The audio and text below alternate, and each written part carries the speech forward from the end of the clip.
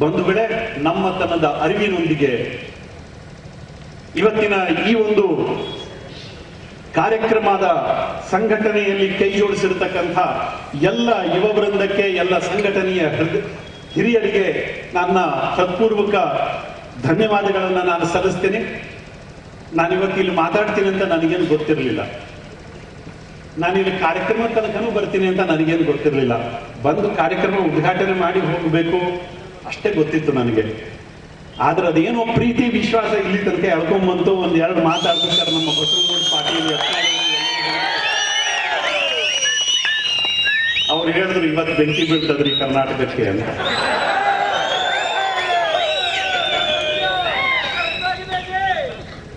ಯಾರಿಗೆ ಎಲ್ಲಿ ಬೆಂಕಿ ಬಿದ್ರೇನು ಸ್ವಾಮಿ, ಈ ಸಮಾಜ ಸರಿಯಾಗಿ ಆದ್ರೆ ಸಾಕಷ್ಟೇ.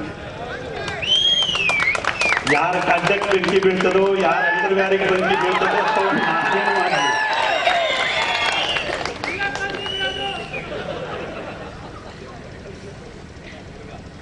ಸಮಾಜದಲ್ಲಿ ಬದಲಾವಣೆ ಆಗಬೇಕು, ಸಮಾಜ ಒಟ್ಟಾಗಬೇಕು, ಸಮಾಜ ಎತ್ತಿತ್ತಬೇಕು.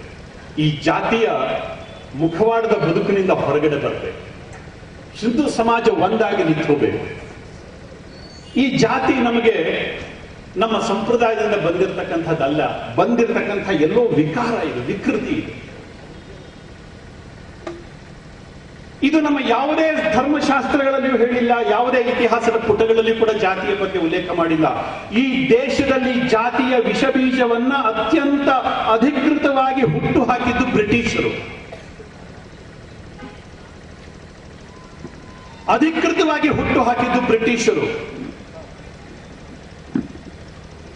ನೀವು ನೋಡಿ, ಸಮಾಜದಲ್ಲಿ ನೀವು ಎಷ್ಟೇ ಬೇಕಾದ್ರೂ ಒಳ್ಳೇದು ಹೇಳಿ, ಹೈವೇ ಹೀಗೆ ಹೋದ್ರೆ ಅದು ಸ್ಪಾಕೊಂಡು ಬರುತ್ತೆ ಅಂತಂದ್ರೆ ಜನರ ಸ್ವಭಾವ ಕಟ್ಟು ಕೊಡುತ್ತಕ್ಕಂಥ. ಅವರಿಗೆ ದಿವಸ ಹಾಲು ಕುಡಿದ್ರೆ ಶರೀರಕ್ಕೆ ಒಳ್ಳೇದು ಅಂತಂದ್ರೆ ಅವರಿಗೆ ಅರ್ಥ ಆಗೋದಿಲ್ಲ. ಆಲ್ಕೋಹಾಲೇ ಬೇಕು ಅವರಿಗೆ. ಇದು ಯಾರು ರೆಕಮೆಂಡ್ ಮಾಡಿದ್ದಲ್ಲ, ಯಾರು ಹೇಳಿದ್ದಲ್ಲ. ಆದ್ರೆ ಅದ್ರ ಇದ್ರೇನೆ ಕಿಕ್ ಹೊಡೆಯುತ್ತೆ. ಹಾಲು ಕಿಕ್ ಹೊಡೆಯುವುದಿಲ್ಲ, ಏನ್ ಮಾಡುವ. ಜನರಿಗೆ ಯಾವತ್ತೂ ಕೂಡ ವಿಕೃತಿಗಳೇ ಬೇಕು, ಅದೇ ಯಾವತ್ತೂ ಕೂಡ ಇಷ್ಟ ಆಗುತ್ತೆ. ಆದ್ರೆ ಅದು ಬದುಕಲ್ಲ, ಅದು ಬದುಕಲ್ಲ. ಬದುಕಿನ ರೀತಿ ಬೇರೆ ಇರುತ್ತೆ, ಬದುಕಿನ ಓಘ ಬೇರೆ ಇರುತ್ತೆ, ರೀತಿ ನೀತಿ ಸಿದ್ಧಾಂತ ಅದು ಬೇರೆ ಇರುತ್ತೆ. ಅದನ್ನ ಅರ್ಥ ಮಾಡ್ಕೊಳ್ಳೋ ಗೊಡವೆಗೆ ಹೋಗದಿದ್ರೆ ಎಣ್ಣೆನೇ ಬದುಕಾಗುತ್ತೆ. ಎಣ್ಣೆಗೂ ಬೆಣ್ಣೆಗೂ ವ್ಯತ್ಯಾಸ ಇದೆ.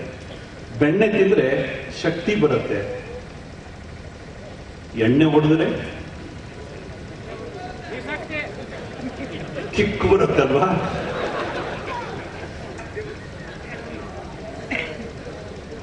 ಜನರಿಗೆ ಯಾವತ್ತೂ ಕೂಡ ವಿಕೃತಿ ತುಂಬಾ ಇಷ್ಟ, ಬೇಗ ಆ ದಾರಿಯಲ್ಲಿ ಹೋಗ್ಬಿಡ್ತಾರೆ.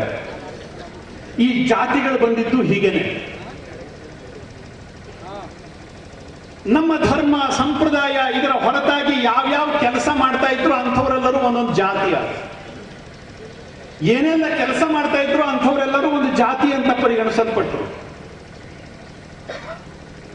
ಎಲ್ಲಿಯೂ ಕೂಡ ನಮ್ಮ ಜಾತಿಯ ಬಗ್ಗೆ ನಮ್ಮ ಧರ್ಮ ಸಂಸ್ಕೃತಿಯಲ್ಲಿ ಹೇಳೇ ಇಲ್ಲ.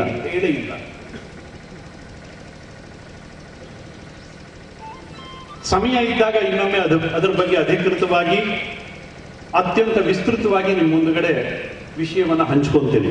ಆದ್ರೆ ವೇದಿಕೆಯಲ್ಲಿ ಮಾತಾಡಲಿಕ್ಕೆ ತುಂಬಾ ಜನ ಇದ್ದಾರೆ, ನನಗೂ ಕೂಡ ಸ್ವಲ್ಪ ಮುಂದೆ ಹೋಗಬೇಕಾಗಿದೆ. ಇವತ್ತಿನ ಈ ಒಂದು ಬಲಿದಾನದ ದಿವಸದ ನೆನಪಿನ ಸಮಾರಂಭದಲ್ಲಿ ನಮ್ಮೆಲ್ಲರಲ್ಲಿ ಕಳಕಳಿ ವಿನಂತಿ ಇಷ್ಟೇ, ಅವರ ಬಲಿದಾನ ಯಾವತ್ತೂ ಕೂಡ ವೇಸ್ಟ್ ಆಗಬಾರ್ದು. ಅವರು ತಮ್ಮ ರಕ್ತವನ್ನ ಕೊಟ್ಟು ನಮಗೆಲ್ಲರಿಗೂ ಹಂಚಿ ಹೋಗಿರ್ತಕ್ಕಂತಹ ಸ್ವಾತಂತ್ರ್ಯ ಸ್ವಚ್ಛಂದತೆಯ ಹೆಸರಿನಲ್ಲಿ ಯಾವತ್ತೂ ಕೂಡ ನಗೆಪಾಟಲಿಗೆ ಈಡಾಗಬಾರದು. ಸ್ವಾತಂತ್ರ್ಯದ ಅರ್ಥವೇ ಗೊತ್ತಿಲ್ಲದೆ ಸ್ವಚ್ಛಂದತೆಯೇ ಸ್ವಾತಂತ್ರ್ಯ ಅಂದ್ಕೊಂಡು ಬದುಕ್ತಾ ಇರತಕ್ಕಂತಹ ಸಮಾಜ ಇವತ್ತಿದೆ. ಸ್ವಾತಂತ್ರ್ಯದ ಅರ್ಥವೇ ಗೊತ್ತಿಲ್ಲ. ಇದು ಆಗಬಾರದು. ದಯವಿಟ್ಟು ಮುಂದಿನ ದಿನ ನಮ್ಮದು ಬೆಳಕಿನ ದಿನಗಳಾಗಿರಲಿ. ಯಾರು ನಮಗೆ ದಾರಿ ತೋರಿಸಿ ಹೋಗಿದ್ದಾರೆ ಅವರ ಬದುಕಿನ ಬೆಳಕಿನಲ್ಲಿ ನಮ್ಮೆಲ್ಲರ ಬದುಕು ನಡೆಯುವ ಹಾಗಾಗಲಿ ಅಂತಕ್ಕಂಥ ಒಂದು ವಿನಮ್ರ ವಿನಂತಿಯನ್ನ ಮಾಡಿಕೊಳ್ತಾ ಹೆಚ್ಚು ಮಾತಾಡಿದ್ದರೆ ದಯವಿಟ್ಟು ಕ್ಷಮಿಸಿ. ಸಮಯ ಆಗಿದೆ.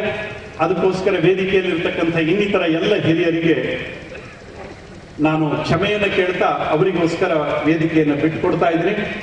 ಕರೆದು 2 ನುಡಿಗಳನ್ನು ಹಂಚಿಕೊಳ್ಳಿಕ್ಕೆ ಅವಕಾಶ ಕೊಟ್ಟಿರತಕ್ಕಂಥ ಸಂಘಟಕರಿಗೆ ಹೃತ್ಪೂರ್ವಕ ಅಭಿನಂದನೆಗಳು, ಧನ್ಯವಾದಗಳು. ವಂದೇ ವಂದೇ ವಂದೇ ಭಾರತ್ ಮಾತಾ ಕಿ. ನಿರ್ಭೀತ, ನಿಷ್ಪಕ್ಷಪಾತ, ವಿಶ್ವಾಸಾರ್ಹ ಸುದ್ದಿಗಳಿಗೆ ಮತ್ತೊಂದು ಹೆಸರಾಗಿರುವ ನ್ಯೂಸ್ 18 ಕನ್ನಡ ಈಗ ಆಪ್ನಲ್ಲೂ ಲಭ್ಯವಿದೆ. ದಯವಿಟ್ಟು ಇಲ್ಲಿರುವ QR ಕೋಡ್ ಸ್ಕ್ಯಾನ್ ಮಾಡಿಕೊಂಡು ಆಪ್ ಡೌನ್ಲೋಡ್ ಮಾಡೋದಕ್ಕೆ ಮರಿಬೇಡಿ. ನಿಮ್ಮ ಬೆಂಬಲ ಹೀಗೆ ಸದಾ ನಮ್ಮೊಂದಿಗಿರಲಿ. ಧನ್ಯವಾದ.